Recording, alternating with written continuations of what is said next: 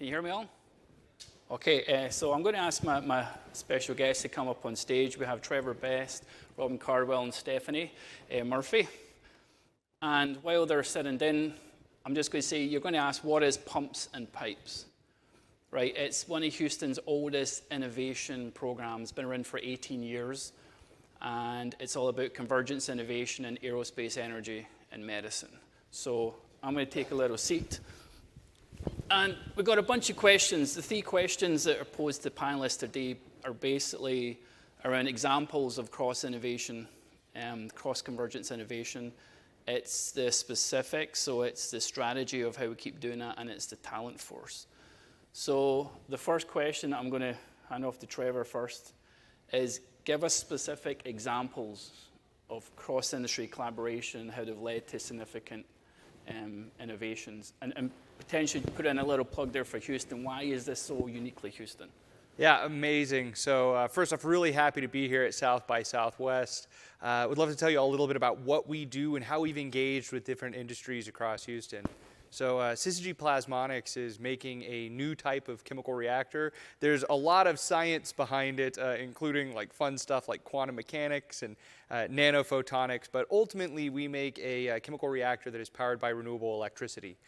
This enables us to make things like fuel, fertilizer, and a lot of the other raw chemical materials that planet Earth needs without producing any carbon emissions.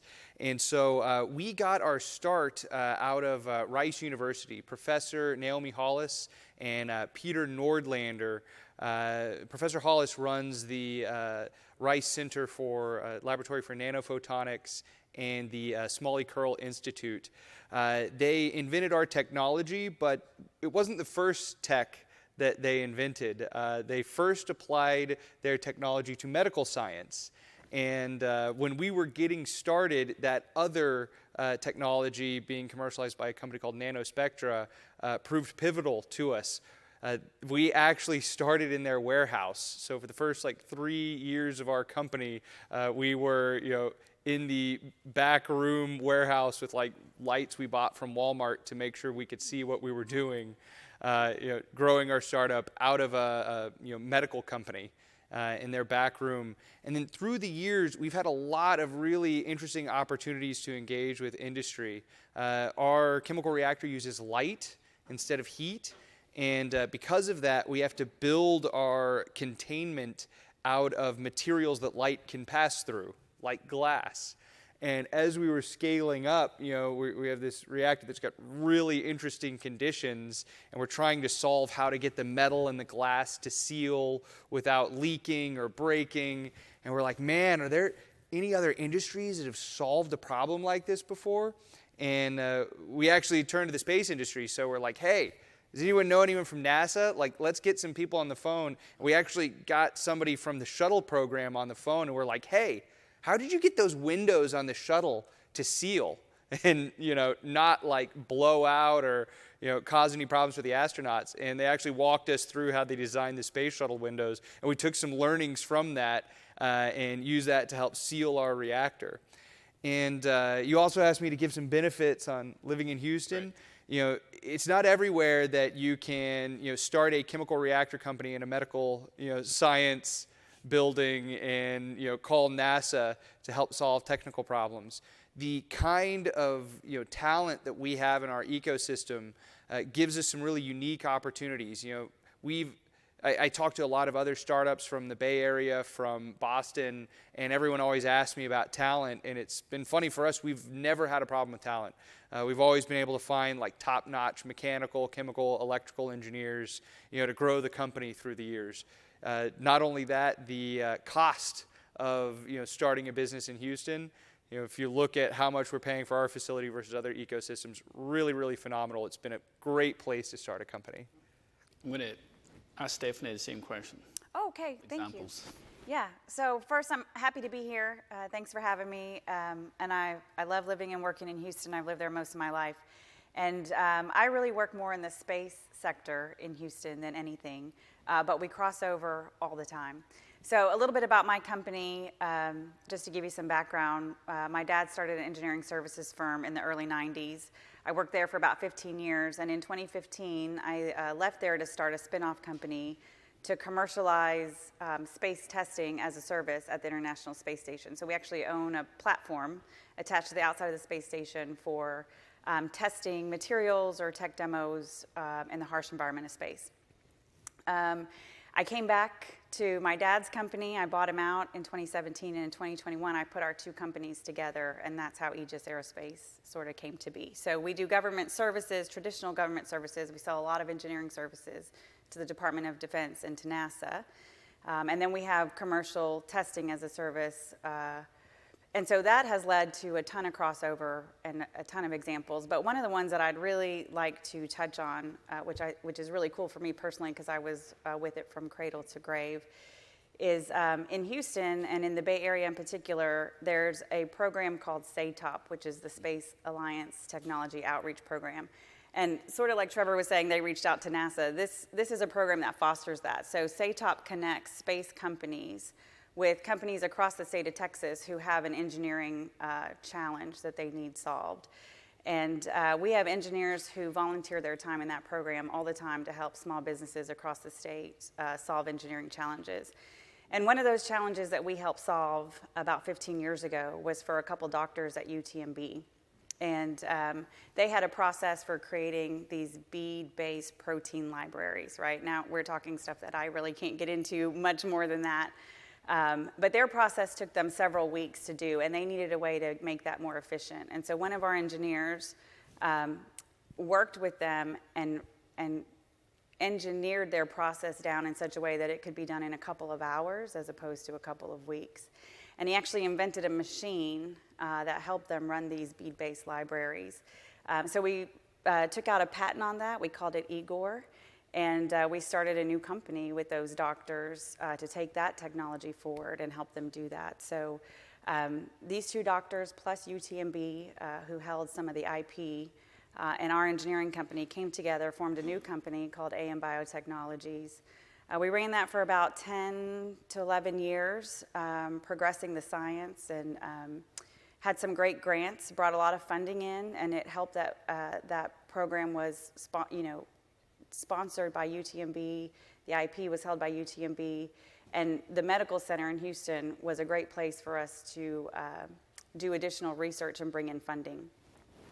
We ended up selling that to, or the majority of that company in 2019 to Fanon Innovation Group, which is another innovation group that's a hub in Houston, run by Leo Lembeck for innovating things like this. And so they're taking these aptamers to the next level for diagnostics and drug usage. And it's just a really cool example of how our engineers who work on space every day had a chance to sort of cross over into another industry. We made a whole other business out of it, and they're moving forward with some clinical trials, I believe, in the next year or two. So that's an example.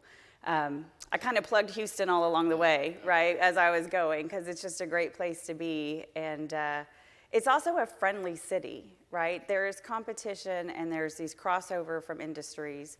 And a lot of work that we do for NASA and JSC is on the manned or human space flight sector, right? JSC is sort of known as the home of the astronauts. And we do a lot of work around the care and feeding of the astronauts. We support a contract at NASA. And so we have PhDs and epidemiologists to sound technicians to food technicians. And a lot of our employees cross over and actually are employed either by academia in the area or they do work in the medical center as well. And that keeps them up to date and keeps it enriched. And it's a friendly environment to do that. There's poaching that happens and people jump jobs and jump industries. But there's many more opportunities for our employees to cross over and work together in those other industries. That's one thing I really appreciate about Houston. It's very unique, that. Robin? Sure. So Robin Cardwell. So I'm representing OmniScience, which formerly known as Mercury Data Science, is a Houston-born and Houston-incubated company. We are a life science-focused data analytics, AI, and machine learning shop. So we have products and services that really support our clients. Actually, in various industries, we've recently focused on life sciences, but really focusing on like biomarker discovery, development, and progression. precision diagnostic space, and then digital health technologies. So all the data that's coming out of all these new technologies that are being generated, how do you find great signal in that to really help clinical trial development and therapeutic advancement? I'm really excited about this panel. So I'm a biomedical engineer. I feel like we're the engineering panel we're all engineering companies. And I actually chose many years ago to be in biomedical engineering because of the intersection of multiple industries and collaborations together. So this is a very fitting panel. So after grad school, I actually went to the Bay Area and spent a number of years working with startups in the oncology, precision diagnostic space. We don't need to get into the details, but using my engineering background to scale the laboratories there, like how do you automate the laboratory processes? How do you automate the data analytics that are happening in those labs as the world is asking for more precision-based diagnostics. So spent 6 years in the Bay Area, then actually moved to Austin and spent 5 years here and understanding and gaining experience in the SaaS and digital transformation space because Austin has a great hub for that. And recently moved to Houston about 2, maybe 3 years ago. And it was partly a decision because with my life science and medical background, there's so much in Houston where I have the opportunity professionally to grow and career and like at OmniScience and a number of other organizations within the life sciences because of our Texas Medical Center and other things there. But then my other half, I guess, is in the aerospace industry. And so Houston was a great place for us as a family to move and be able to work with both of our careers and have places to kind of continue to grow and interact with great people like we have here. So I moved to Houston with a job working for ABB, which if you don't know ABB, it's a large global industrial technology organization that has a robotics arm. And they chose Houston as the global hub for their healthcare and life sciences organization. And so I was a part of that, of helping grow that there because they had access to so many different life sciences opportunities. Stuart and I actually worked together on a pharmacy innovation project at Houston Methodist, putting a collaborative robot inside the pharmacy where there's a need to take some of the load off of the nurses, to use robotics and vision to be able to like decrease some of the workload that's happening there. So that to me is like the first example that I had of the collaboration in Houston is this very large industrial automation robotics group saying, hey, life science is where it's at in Houston. We want to merge together and really bring that to be. Yeah. Wonderful. Trevor, I'm going to ask you something. So you originally worked for Oxy, was it? Oil and gas? Baker Hughes. Baker Hughes, wrong one, right? But you said you got out of that and you purposely wanted to form a startup company and you went looking for technology which eventually sourced at Rice.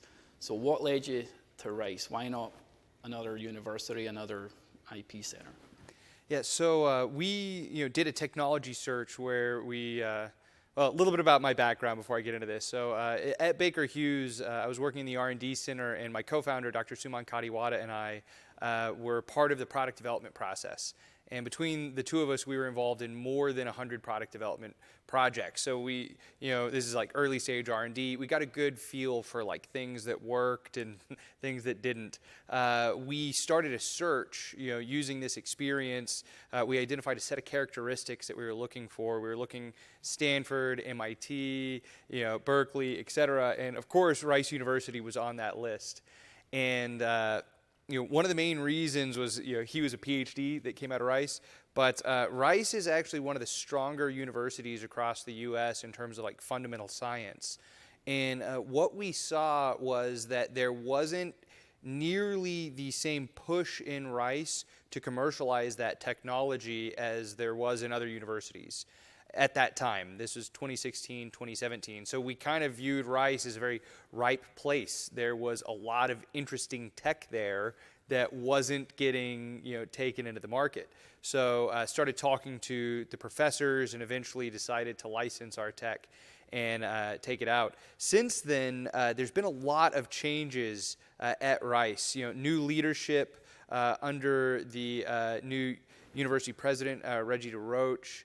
And for those of you familiar with Rice, the Office of Innovation under Paul Chair Curry, they have been doing a huge push to completely revamp Rice's approach to commercializing new technology. And so they have, the Clean Energy Accelerator. The Rice Alliance is taking a more prominent role in another one of their deployments, the ION. They have Lilly Labs, which is they have a program there to help encourage entrepreneurship where they're giving grants to PhDs to spend like a certain amount of their time to try and commercialize their technology. And I think that Rice is on the cusp of becoming one of the main universities right behind MIT and Stanford in commercializing its tech. Going to take a couple years, but there's a lot of good writing on the wall there. But it's not just the university, it's also the greater ecosystem. There is a revolution starting to happen in Houston right now. And if you go back to when Syzygy started, one of the first companies a couple years ago really trying to pull tech out of Rice. But in the Houston ecosystem, there wasn't that much going on. You had HTC, which is the Houston Technology Center. You had another organization called Start Houston. We were talking this morning, across 1 year, there were 2 or 3 groups trying to come together and make things happen. If you look now, there is so much more happening. There is Greentown Labs, there is the ION, there is Activate, there is TMCX, there is J Labs, there is there's Halliburton Labs. There's so many things starting to bubble up in Houston, and I think the ecosystem is getting to a point of critical mass. There's going to be some pick up, slow down. We are tied to the energy industry, which is cyclical. But I think all in all, the signs are pointing towards a lot of success in the future in Houston. The one thing, though, that Houston really needs is a big win. Many other ecosystems have a cohort of companies that went on to not only go unicorn but become huge companies. If you look at Silicon Valley, not only are there the semiconductor companies that got it the name Silicon Valley, but later on you've got the FANG companies, Facebook, Apple, Netflix, Google coming out of Silicon Valley. In Boston, you've got the biotech companies. Houston hasn't had that big cohort of startups exiting yet. But I think we're not far off because 10, 15 years ago, there weren't companies like Aegis Aerospace, Omniscience, and Syzygy really getting up to speed in the ecosystem. And now there's a lot of things up and coming. So I think we're just on the cusp of something really huge for the ecosystem. Yep, totally agree. When you find the technology from Naomi Hallis, Pete Nolander, they probably IP'd that or created that, about mid-2000s, late 90s? The core tech behind Syzygy first published in 2016. So I'm going somewhere with this, right? So Trevor's told you about, okay, your starting point was finding that tech at Rice, just for a little bit. But what happened before that?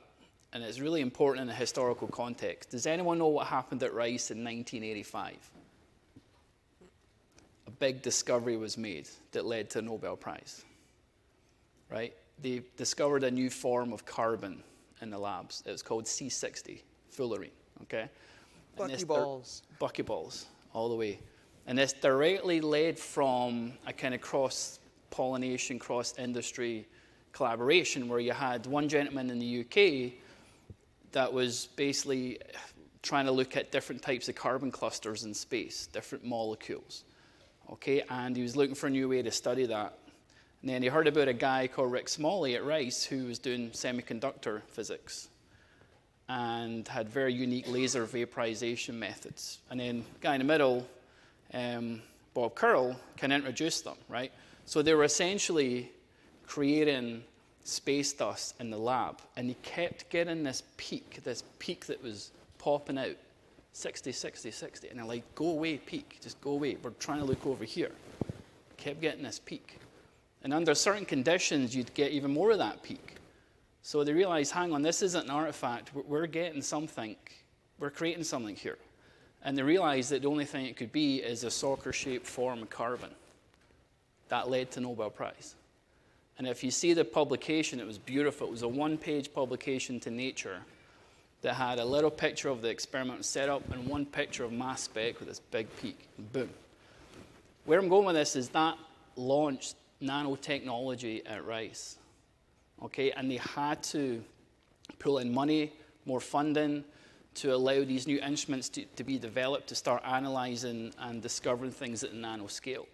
That only happened through aerospace funding, through medical funding, and through energy funding. So you have labs like Pete Nordlander's and Naomi Hallis who had multiple applications for that one technology, but it all stemmed from this discovery.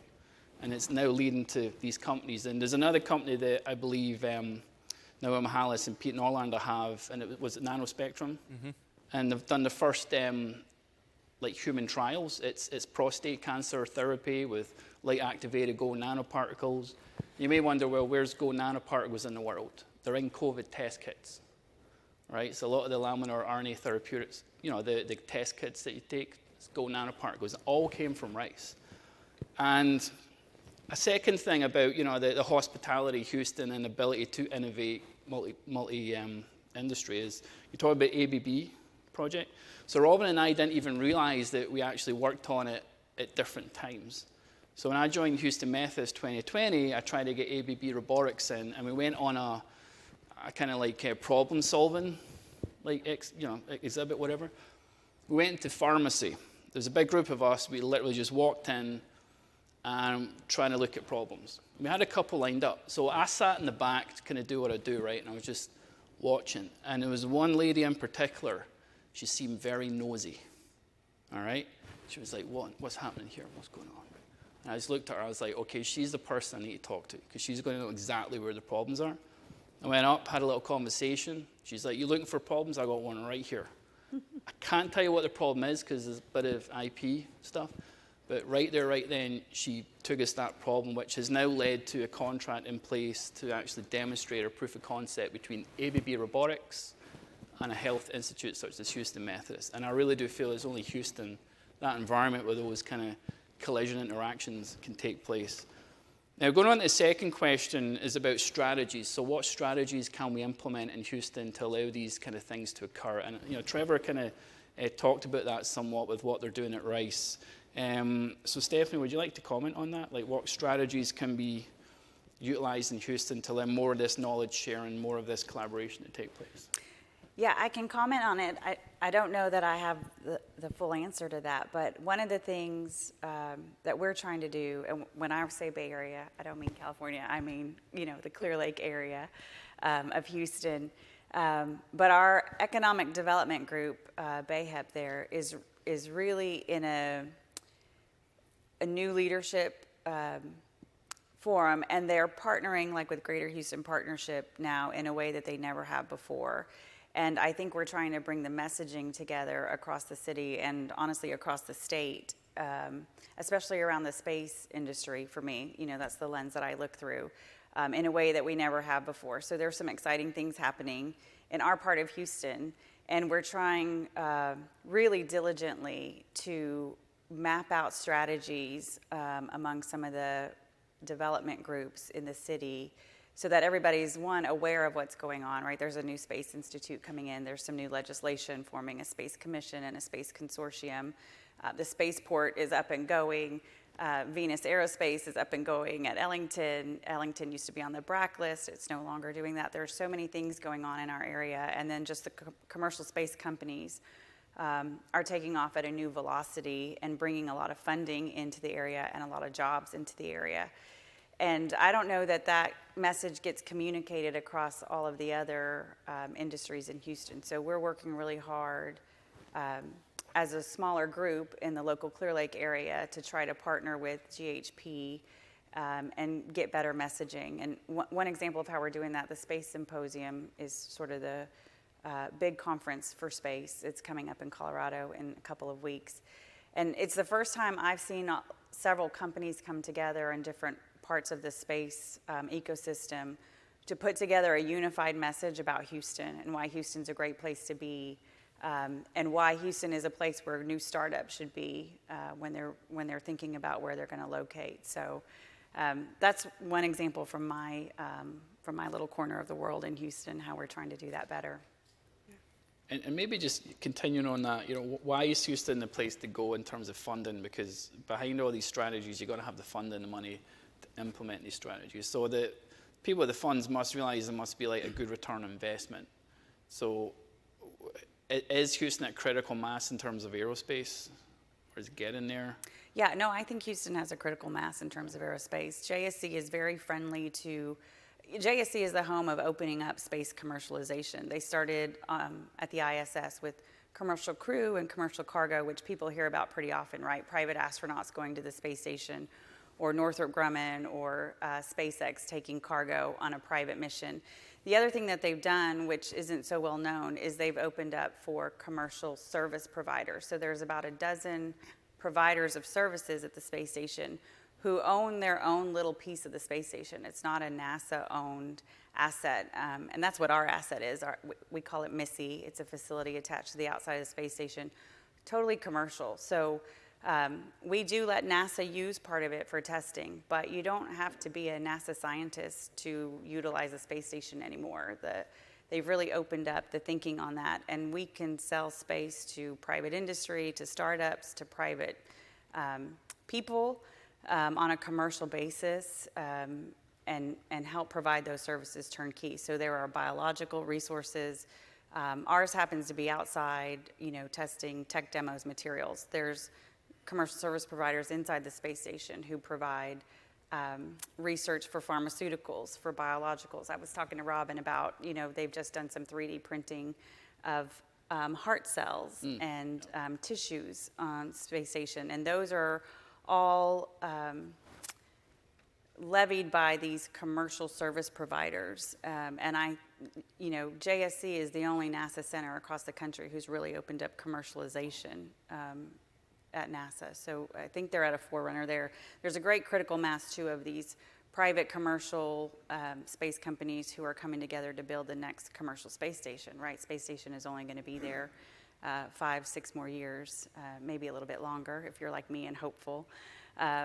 But there's a tremendous amount of investment for commercialization around low Earth orbit, and the applications are just the ripple effect of the applications of the science being done there is opening up space to partners who never had access before. Yeah. So I think critical mass is maybe an understatement. Wonderful. I may be biased. Robin, would you like to comment? Yeah, I'll take that from the life science colored glasses. So you're talking a lot about the aerospace and life sciences and doing the experiments on the space station. And there's organizations in Houston already, like TRISH, which is the Baylor College of Medicine with NASA, that's facilitating some of that as well. Is like, how do we both improve, astronaut health, but also like health of humans back on this planet? And there's a lot of like amazing advances and things that are coming out that it's just hard to keep up with even on a day-to-day basis. So in Houston, it seems like there's so much happening. I think we were all talking this morning, and like we learned something new this morning just between the four of us of like what's happening and what combination of things are happening and what conversations have happened. I was reminded of there's a Easton Maker Hub, which kind of helps these disparate industries sort of collaborate. Like when your company started, there was a company there that does 3D printing, Volumetric, who actually recently got acquired by 3D Systems, which is a large materials printing organization that bought Volumetric, which is a Houston-based. But they were like alongside a robotic inspection vehicle manufacturer at this Maker Hub. So it's not, life science isn't only at the TMC, it's kind of around all of Houston.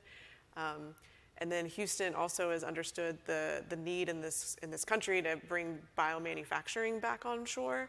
So there's new initiatives for biomanufacturing, like at Generation Park, which is on the northeast side of Houston. So again, not all the TMC. There's other areas where Houston has the space to grow. So not just startups, but how do we grow and manufacture for the biomanufacturing era that needs to come back here as well. There's small privately owned engineering services companies where those engineers are very well trained across multiple industries, whether it's aerospace, life science, semiconductors, things like that. So supporting either some of the startups or some of the academic centers to be able to give more, keep moving things forward as these innovations go. And then to talk about the data that's coming out of whether it's aerospace or biotech or wherever, now we are in this like data revolution as well, and there are companies and the need and the expertise within Houston to really start capitalizing and trying to find the value that's coming out of all that data. I'm sure Houston Methodist is sitting on treasure troves of data where there may be an amazing innovation there if we could just kind of take a look under the hood and kind of see what's happening. One thing I'll say kind of to your funding question or comment was, in this world of AI and machine learning, you may not always know what you're going to get. Like, it's hard to calculate and say what the ROI is going to be at the end of this experiment with your data. You just kind of have to like look and see and try. Traditionally, life science and healthcare has been a bit risk adverse, so to speak. And so I think Houston leaders and Houston kind of having that oil and energy background that's less risk adverse, that's willing to go drill into a potential gold mine of oil, can bring that attitude back to the life science space. I think there's a critical mass there to maybe make that transition, which for life sciences would be huge, because I think for funding, that's really what's going to drive some of these like moonshots and really challenging problems. So I think what you're hearing is there's a lot of stuff going on. I mean, it's almost overwhelming, and to be honest, if it wasn't for Innovation Map, and I see Natalie Harms is here, if it wasn't for Innovation Map, which every single day publishes a kind of what's going on in Houston innovation, I would be lost. I mean, 7 a.m. every day on the button, boom. So sign up to that, but it's phenomenal. You're talking about like, what strategies can be implemented to promote knowledge sharing. And one of the things we've done at Houston Methodist is, you probably don't know this, but Houston Methodist provides medical services to Axiom Space. They're the key medical provider, okay? So from that, I started speaking with the Axiom Space folk. I think Mike Harrison is their chief medical officer, and just really kind of organic conversation saying, hey, Mike, what are you guys looking at? What are you wanting to do? And there seems to be, not just Axiom Space, but through Trish as well, this unilateral need for this extended reality applications, right? So augmented reality. How do you do surgery in space with a time lag, with a latency there, with minimal tools, right? And it naturally opens itself open to artificial intelligence, to AI, etc. So you find like just through those, I guess it's an undefined strategy, but just by having a strategy in the first place of Axiom Space and Houston Methodist, it leads to these organic serendipitous discoveries, right? Getting back to Houston, there was the colleague of mine, Mark Hannigan, who I thought described Houston perfectly last year. He said, Houston's the type of person where you're at a bar and you say, here, hold my beer, I got this, right? And that's a real nice ethos, kind of spirit of Houston. It's like, hey, I've got this, right? But given that I'm Scottish and given that my buddy's Scottish as well, there's a little bit of competition there. I said, all right, man. All right, well, let's do something, all right? So we actually went out and created this Datapreneur in Health program, which is based at Houston Methodist Hospital. Brand new. Natalie, I've not even told you about this yet, so I'll tell you in future. So Datapreneur in Health, because like the oil and gas folk the last 100 plus years, the wildcatters, right? We want to mine that data. We want to be able to put money in looking for this data. So with this structure, we want to be able to, people like OmniScience work on building that framework so that we can come along and mine that data. Because it's beyond a trove of like wealth. It's going to lead to new discoveries as well in science, which is really incredible. I mean, that's my kind of view anyway. So just kind of tying off the last question, it's people power, right? It's all about people. And Trevor, you said it very clear this morning. It's all about people, right? No matter what industry, no matter who you're working with, relationships, people, okay? So how can Houston attract the right people? And how can we develop this cross-disciplinary innovation to keep this innovation machine going? I mean, innovation is the game that never ends. So any thoughts on that, Trevor? Yeah, sure. So Houston has a cornucopia of opportunity for people looking to switch industries. And this is because of the nature of the different industries that show up in Houston. There's a lot of overlap. So like if we just talk about like general engineering, like a lot of the principles that are used in aerospace can also be applied to the energy industry. Like you're getting into medical devices, you need engineering there as well. And so there is a lot of opportunity for people to switch industries. Like in Syzygy, we've got people who come from the medical industry, we've got people who come from aerospace, and bring skills like project management and other things. So like it's funny because we're actually using agile processes to help develop our reactor, which is typically used for software. And so lots and lots of opportunity in Houston. And not only that, just the diversity of our talent pool. I hear a lot that Houston is like the most diverse ecosystem in the United States. And I really think that that's one of our superpowers. The nature of the city and how it brings international players to come like participate in our medical industry, to come participate in the energy industry, like brings a lot of new ideas. And I think this is one of the strongest things, in Houston. It's something that we really focus on. Stephanie, late comment?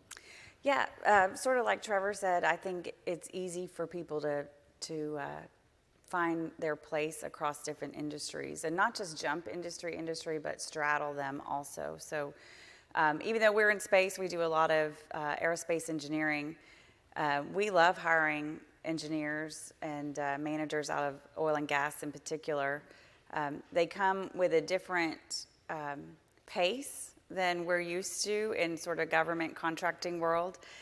They have great commercial practices, great work ethic. And, two of our key people from oil and gas, our chief strategy officer and one of our vice presidents over our hardware development.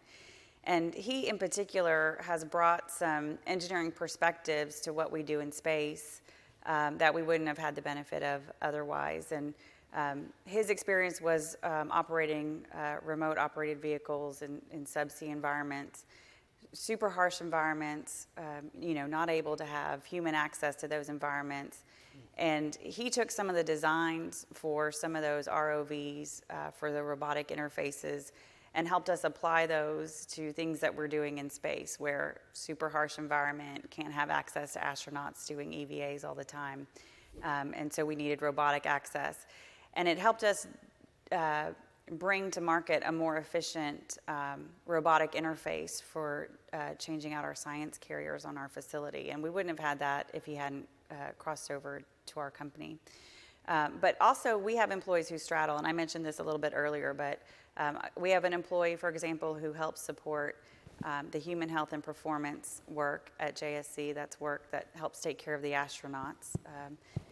And she also is a director of an aquatics lab at the University of Houston. So she's academia, PhD, she gets to sort of straddle and do a little bit of both, where she's helping the astronauts and take care of the health systems for them. But she's also still got a foot in academia, running a lab at the University of Houston. And we have that from time to time. We have people who straddle medical center projects while they're also doing work for NASA.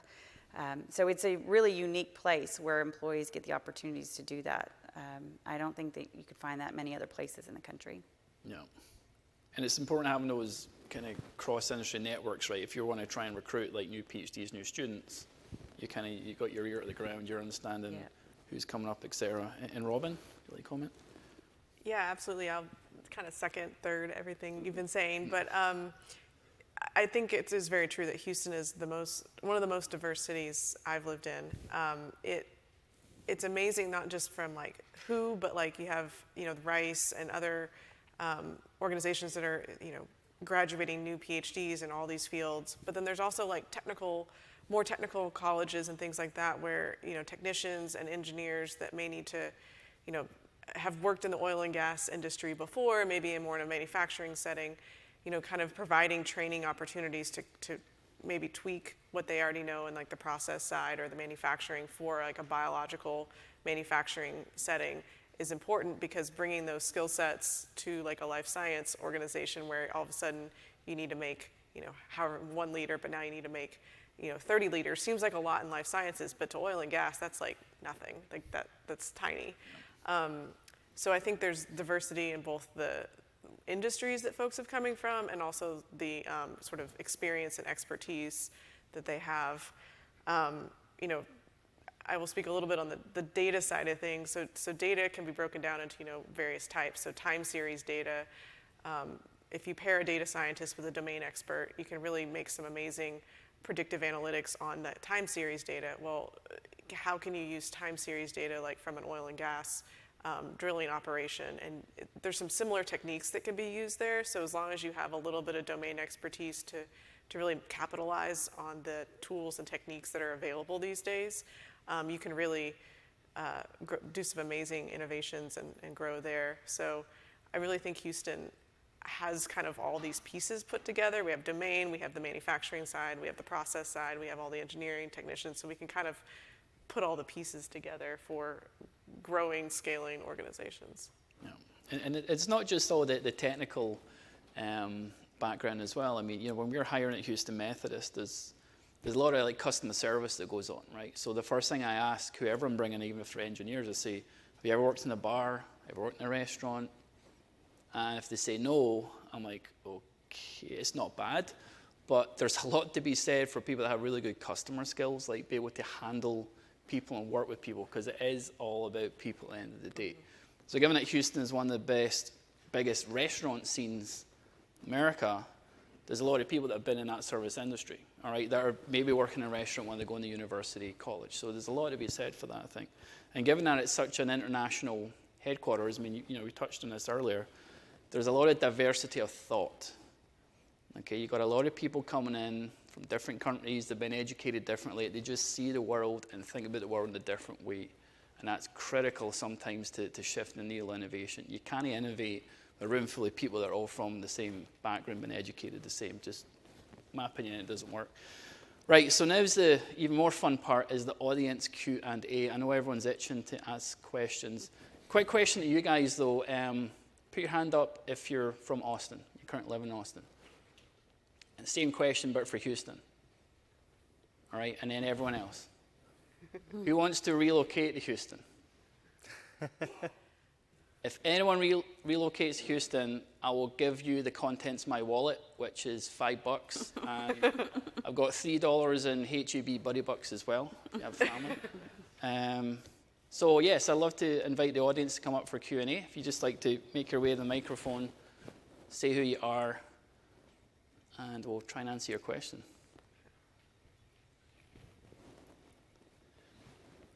I've been waiting for this for the whole session, just in case anybody wondered. But no, my name is Wesley Owens. I'm with Banjack Solutions. We are blue collar tech, founded in College Station, Texas, which of course is right on the doorstep of Houston. We're about 3 years old. We just passed our third anniversary, and we've had a lot of success early on. We've gotten 1 million in ARR in the first 24 months. We just passed into profitability 1 month ago, so we're really, really excited about that. But it's been very, very challenging. One of the issues that we've run into is being in College Station, connections are really, really challenging for us. And when you're talking about people, you're talking about what's happening in Houston and all of this innovation, these connections that are going on. We're about equal distance out of Dallas, Houston, and Austin.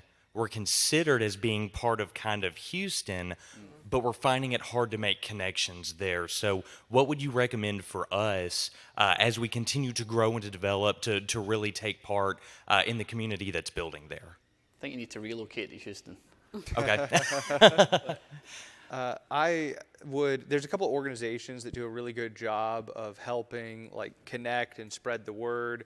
So if you're in energy, in Houston, you've got Greentown Labs and the ION. I would at least send someone there to their events, once a month, once every other month. In Austin and Dallas, you've got Capital Factory. Capital Factory has some presence in Houston as well. And I'm not quite sure in Dallas, but those are some of the best networking organizations if you're just looking to meet people. Gotcha. Thank you so much. Any other suggestions? I mean, sort of jumping on what Trevor said, I think you need to find the opportunities for networking. So I love College Station. I'm an Aggie twice over. Dig 'em. And I'm in College Station all the time. But you're right. It doesn't have the network built into the College Station infrastructure for maybe the type of growth that you need. I think there's several organizations, and a little plug for GHP. That's a great place to start because they can help you sort of splinter out into other organizations. It just sort of depends what you want to do. But I think there's no shortage of opportunity, conferences, associations in Houston that maybe you could get connected to, but you have to show up because you have to build those relationships. It's, people do business with people and companies, it's people who are doing business with people. So you got to show up and be a little bit engaged, I'd say, or have somebody be engaged to make a difference. But there's no shortage of opportunity to do that in Houston. I would say GHP is maybe a good place to start. Yeah. Definitely get on Greater Houston Partnership newsletters. And I think I mentioned earlier, but Innovation Map has a daily newsletter as well. It's a daily digest of everything that's going on. So I think once you find your network, just ping them. Don't stop. Just kind of build that up. Perfect. Yeah, and as a new person to Houston, I found Houston to be very welcoming. Talk to anybody. I mean, I went to Greentown Labs as a life science person and just started talking, and I met some really great people. And so people are very friendly, which I think is amazing, and just happy to talk about what they're up to and things like that. So, yeah, there's so much going on, though, for sure. Perfect. Well, thank you all. Thank you so much. Thank you for the question. Hi guys, great talk. My name's Jess Ferrari. I work for the City of Austin's Economic Development Department. You guys shared a lot of examples of sort of innovation from cross-industry collaboration, and that was really cool to see. What role, if any, can city governments play in sort of supporting this type of collaboration across industries? Oh, that's interesting. Well, we have, at least on the life science side, we have a lot of state support on the CPRIT side of things. But Houston,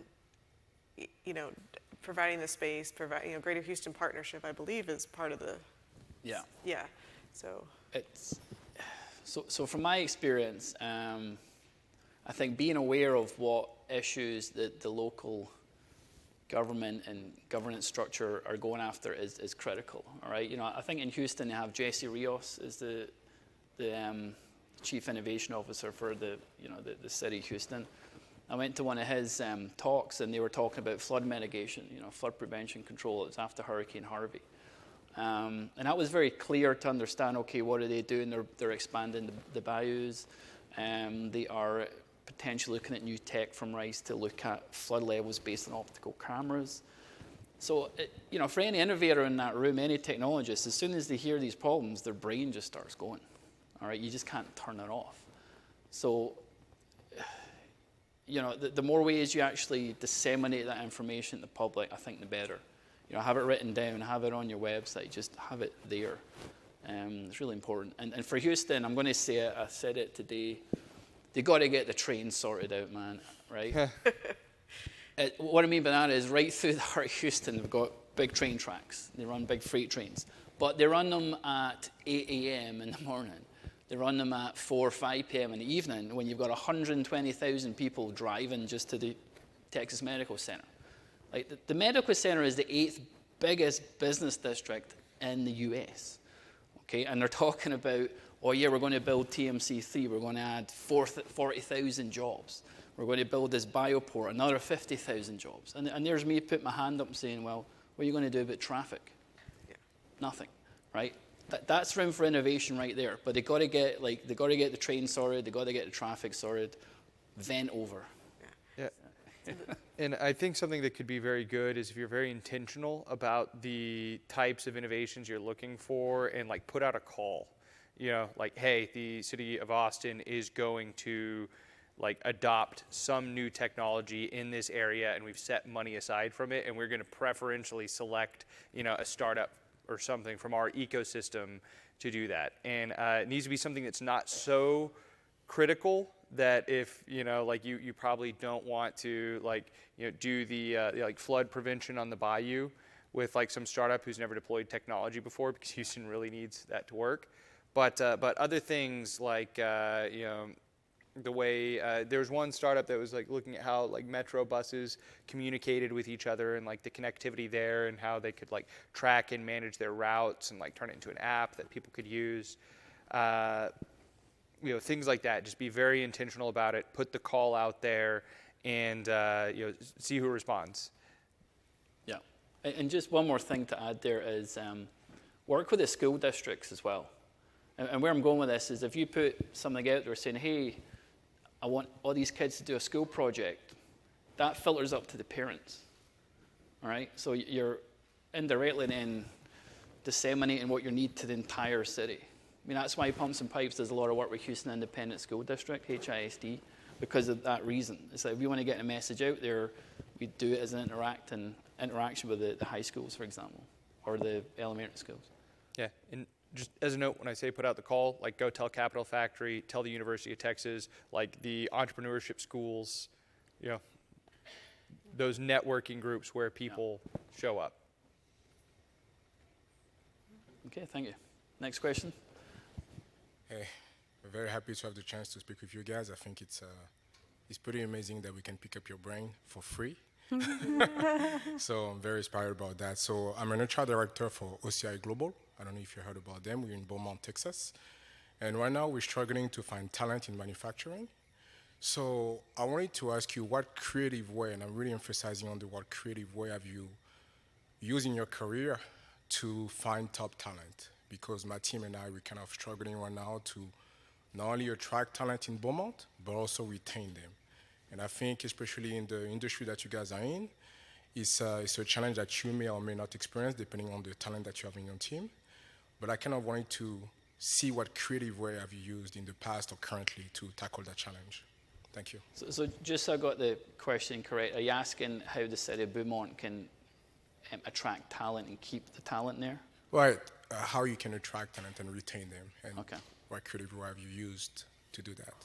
Creative way have you used to do that? Great, more avenues, okay.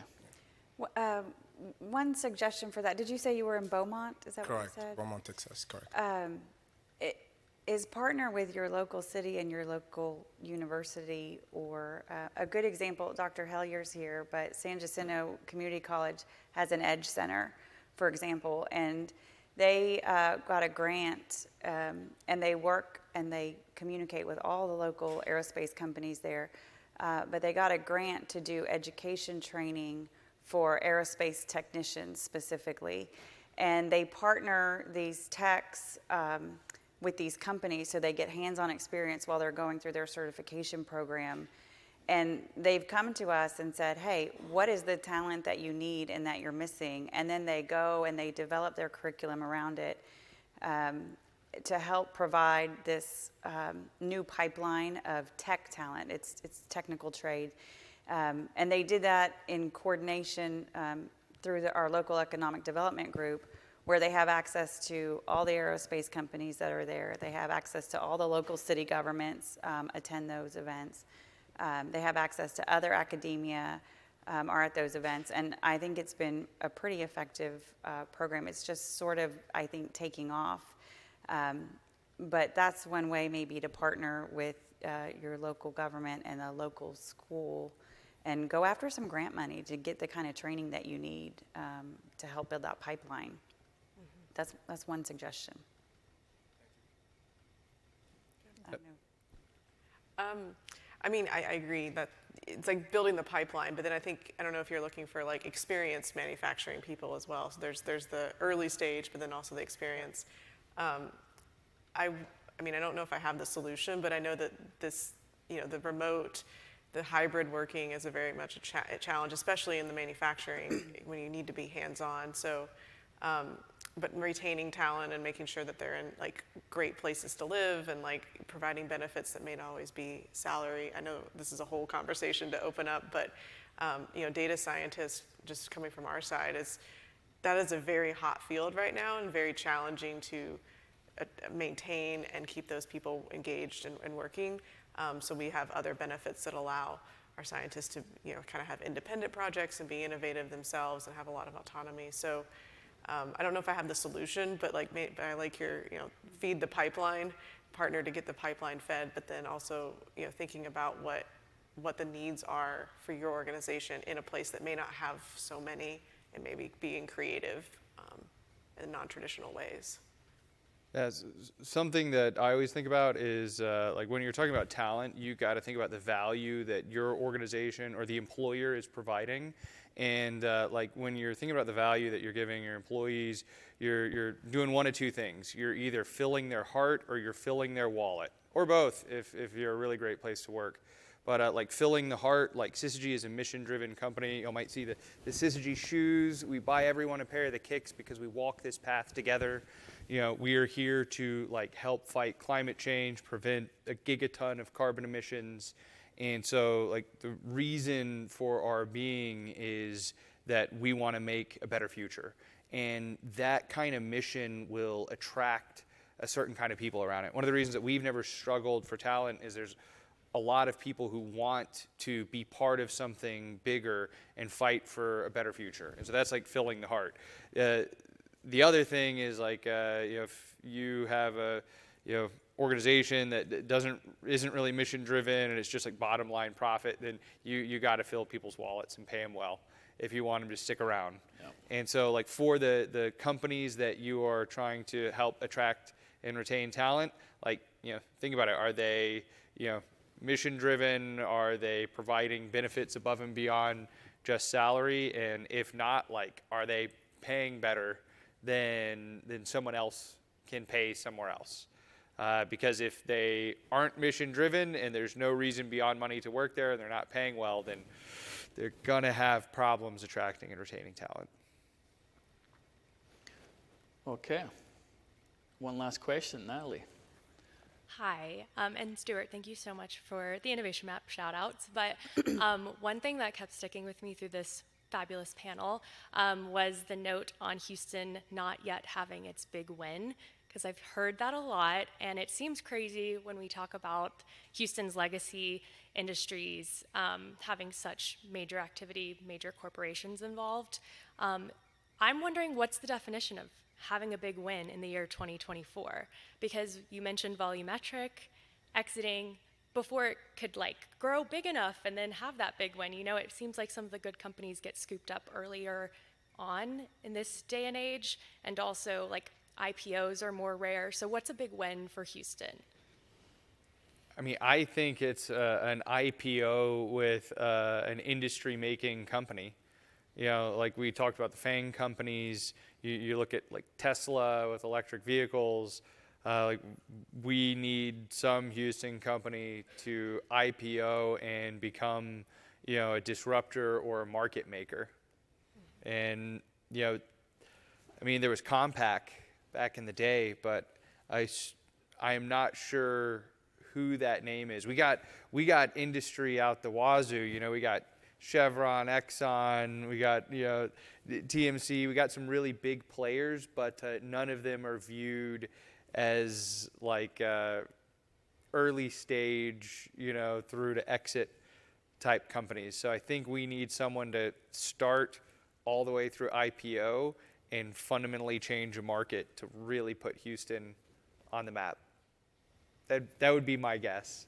And it's not that the Houston economy needs a big win. I mean, Houston's like doing fine economically. It's just the innovation ecosystem needs a big win.